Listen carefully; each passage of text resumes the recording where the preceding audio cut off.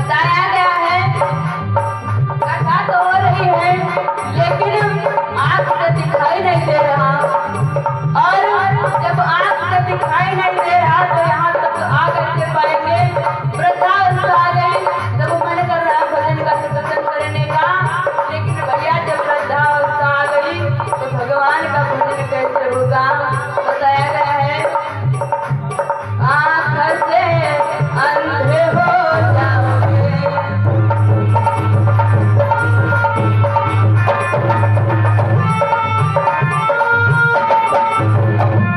आंख से अंधे हो जाओगे,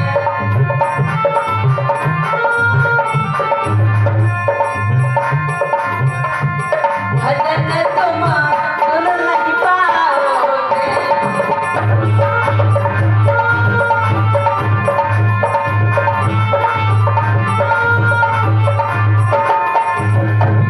भजन सुनो बस जवानी में, बुढ़ापा किसने देखा है, भजन करो मस्त जवानी में, बुढ़ापा किसने देखा है, भजन करो मस्त जवानी में, बुढ़ापा किसने देखा है, भजन करो मस्त जवानी में, बुढ़ापा किसने देखा है, भजन करो मस्त जवानी में, बुढ़ापा किसने देखा है, भजन करो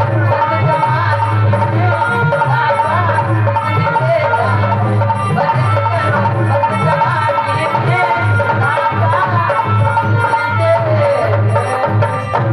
प्रेम से बोले वन बिछोर बाबा की, बोले भक्त सल भगवान की। आइए प्यारे, बड़ा ही शुभ अवसर है। बताते हैं कि स्वामी तुलसीदास जी कि ऐसा अवसर बार बार नहीं आता जब जन्म और जन्मांतर के पूर्ण उदय होते हैं, यानी कि जितने जीवन के पाप होते हैं वो सब नष्ट हो जाते हैं, उसमें से एक पुण्य का बीज उपजता है। तब ऐसा अवसर श्रीमद् भागवत सुनने और सुनाने का अवसर मिलता है, बड़े सौभाग्य की बड़ा अनुकंपा होती है, तब ऐसा अवसर मिलता है। तो आइए सभी भक्त झूमते हुए दो बार दो लाइन का भजन एक भाव, फिर उसके बाद में जैसे भगवान की इच्छा। इधर एक भक्त जाता है भगवान के मंदिर में बिना करता कन्हैया कि तुमसे मिलने को है मुरली वाले, तुमसे मिलने को है मुरली वाले, दिल के अरमामा चलने लगे, मिलने को है मुरली वाले।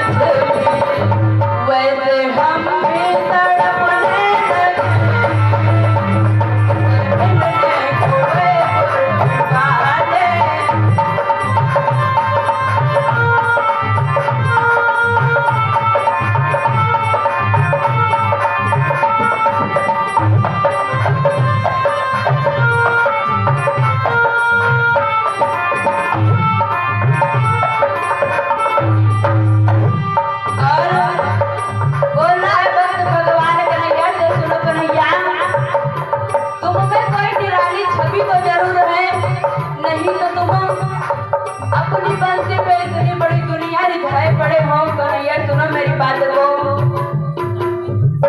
बात कुछ तो है तुम्हें बिहारी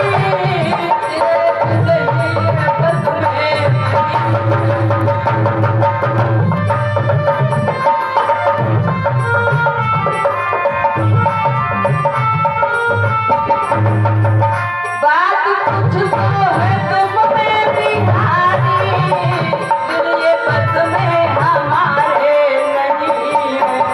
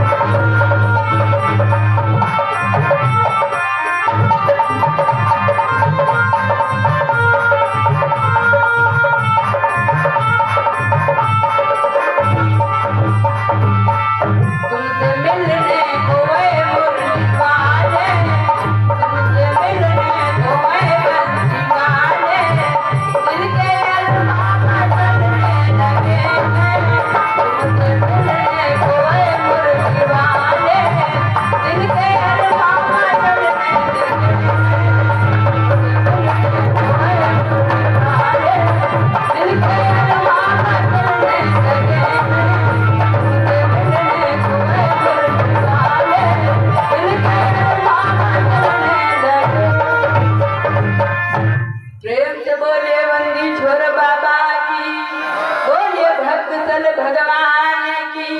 प्रेम से बोलिए गोविंद भगवान की। आज तो जय बोलो वाले तो भंडारा खाए हुए हो आए। तू 18 जटी पूड़ी खाए हो सबको आए है ना मोह संग है झूठ नहीं बोला। अगर कहूँ बाहर चले आते ना तो झूठ बोला चल जाता था। जब गाँव में रही तो झूठ बोला चलो बहुत कितना करी है जब संगे सबके आया। प्रेम से बोलिए भक्त सल भगवान की। बोलिए गोविंद भगवान की। आइए सही भक्त थोड़े से समय में भगवान की थोड़ी सी पावन चर्चा समझ ली जाए। इधर अभी दोपहर के बेला में दीदी जी के मुखार से कथा रसपान कर रहे थे। भगवान योगी राज श्याम सुंदर का विवाह मैया रुक्मिणी के साथ में हुआ और भगवान कन्हैया द्वारिकाधीश के राजा बनाए गए। भगवान कन्हैया जिस समय द्वारिका के राजा बनाए गए उसी से जुड़ी हुई थोड़ी सी कथा महाभारत से है। द्रौपदी क्षीरहरण। इधर इस कथा में दो प्रश्न है कि दुर्योधन ने द्रौपदी की क्षीर क्यों खींचा और भगवान कन्हैया ने द्रौपदी का क्षीर बढ़ाया क्यों। तो आइए संगत ज्यादा समय न लेते हुए थोड़े से भाव में समझ लीजिए। शॉर्टकट में शॉर्टकट से समझते हुए सबको यार सबको जानते हैं।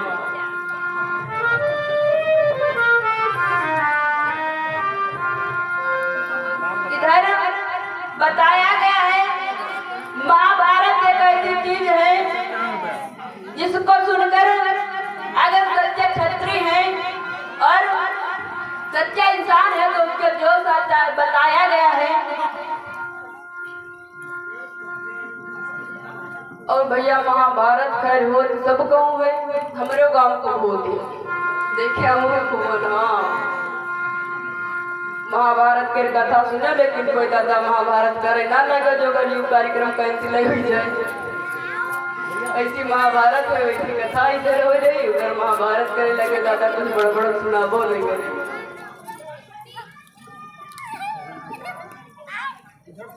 बताया गया है इधर अगर सच्चे क्षत्रिय है तो उसको महाभारत की कथा अगर श्रद्धा भाव के साथ में श्रवण करेगा तो उसके जोश आ जाएगा। बताया गया है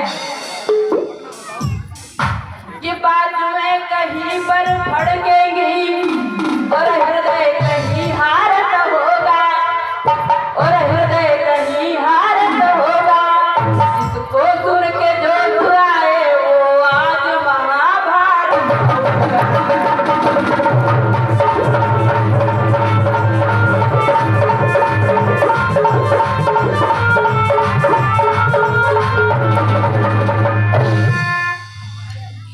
बताया गया है कि इधर एक समय की बात है पांडव और कौरव में बंटवारा हुआ जिस समय तो पांडव अपने स्थान पर चले गए और कौरव अपने स्थान पर चले गए। कुछ लोग बंटवारा करने के लिए गए और बंटवारे को करवाकर मामला शांत करवाया। इधर भगवान कन्हैया भी गए थे बंटवारे में और बंटवारे को शांत कराकर बंटवारा कराकर दोनों लोग अपने अपने स्थान पर चले गए। भगवान कन्हैया ने घर एक महल बनवाया। वो ऐसा महल बनवाया उसमें ऐसा पत्थर लगवाया मेरे भैया जैसे कि लग रहा भूल भुलैया का महल बनवाया। जहाँ पर जल था वहाँ पर थल दिखाई दे रहा था और जहाँ पर थल था वहाँ पर जल दिखाई दे रहा था। भगवान कन्हैया ने ऐसे पत्थरों को लगाकर महल बनाया और तैयार किया। जिस समय महल को बनवाया तो भगवान कन्हैया उस महल का गृह प्रवेश किया और गृह प्रवेश किया तो सभी लोगों को आमंत्रित किया, निमंत्रण दिया।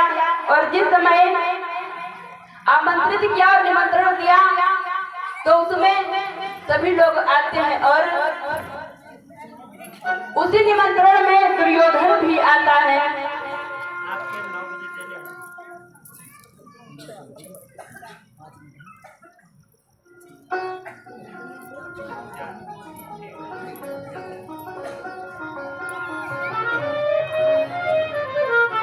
प्रेम से बोलिए गोविंद भगवान की, बोलिए भक्तजन भगवान की, प्रेम से बोलिए बंदी छोर बाबा की।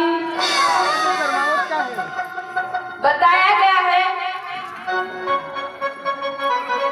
जिस समय वहां पर जल था तो थल दिखाई दे रहा था, दुर्योधन को निमंत्रण में आया है और जहाँ पर थल था वहां पर जल दिखाई दे रहा था। दुर्योधन आया, दुर्योधन को उस महल में कुछ समझ में नहीं आया और जिस समय उस महल में पहुंचा तो जहाँ पर थल था वहां पर पैर धरता है तो जल होता और जहाँ पर जल होता वहां पर पैर धरता है तो थल होता। उसको कुछ समझ में नहीं आता, लेकिन वो जब समझ नहीं पाया तो जहाँ पर जल था वहां पर पैर धर दिया मेरे भैया। पैर को धरा तो दुर्योधन ने फिसल कर धराम से गिर गया और जिस समय गिरा है तो मैया द्रौपदी अपने महलों से देख रही थी और देख रही थी, कह क्या रही थी अपने सखी से कि सुनो बहना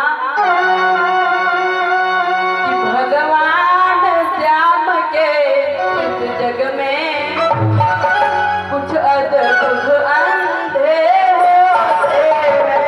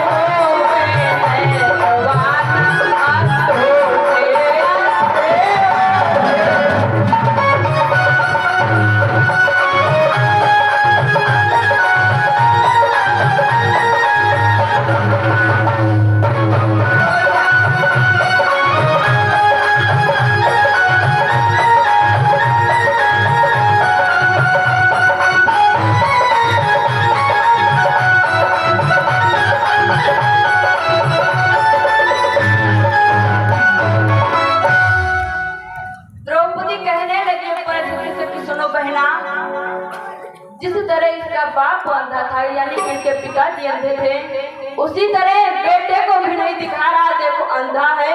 और जहाँ पर थल था वहाँ पर जल समझ रहा था, जहाँ पर जल है वहाँ पर थल समझकर पैर रख दिया और धड़ाम मारकर गिर पड़ा मेरे भैया। जिस समय वो गिरा है द्रौपदी हंसने लगी और द्रौपदी को हंसते हुए जिस समय दुर्योधन ने देखा, दुर्योधन ने जिस समय देखा कहने लगा द्रौपदी तुमने बहुत गलत किया मेरे को हंसकर। जिस समय हंसते हुए देखा द्रौपदी को तो आज दुर्योधन को बहुत क्रोध आया मेरे भैया। दुर्योधन को जब क्रोध आया, क्रोध में आया तो द्रौपदी से कहने लगा कि सुनो महारानी आप हंस रही हो, तुम्हें नहीं पता मैं किस वंश का हूँ, इस हंसने का बदला ले लूंगा। कहने लगा सुनो महारानी अगर तुम मुझे हंस रही हो तो तुम्हारे हंसने का बदला एक ना एक दिन ले लूंगा। और दांत पीस कर एकदम से क्रोध में कहने लगा सुनो महारानी कि दांत पीस कर बोल उठा और एक दिन ऐसा आएगा सब रंग भंग हो जाएगा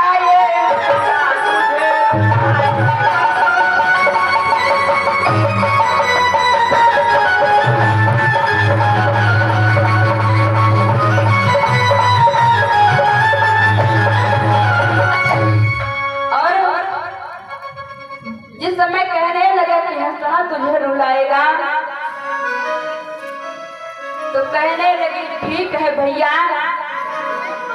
कहने लगा हंसने का बदला लेना लो तो आठों पहर है काम मेरा और पीछे सभा में लांघित न करो तो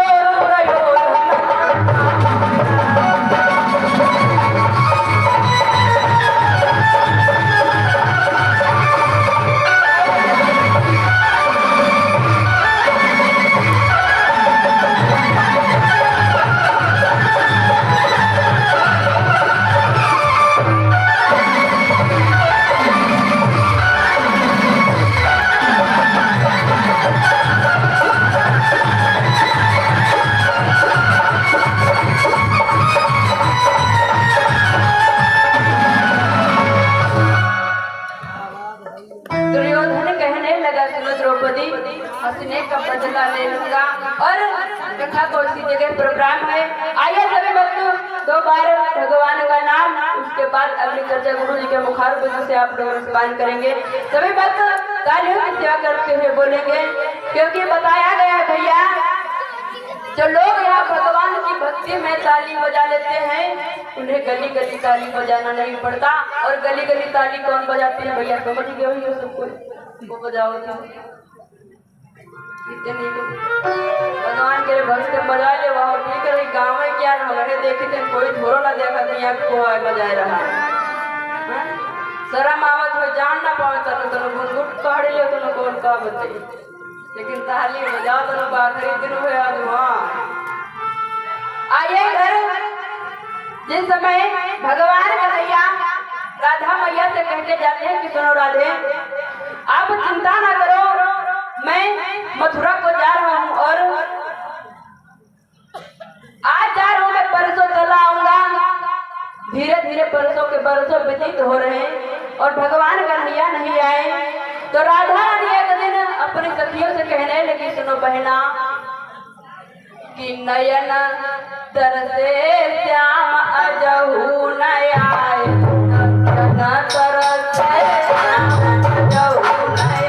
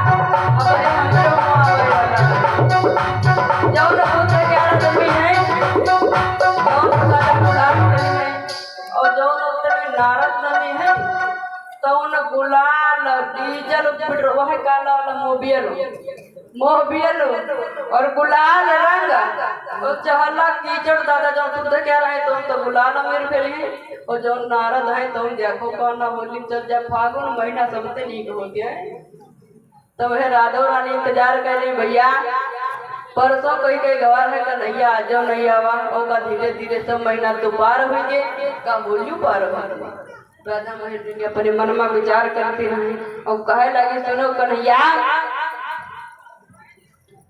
पूछ नहीं आए माह नहीं आए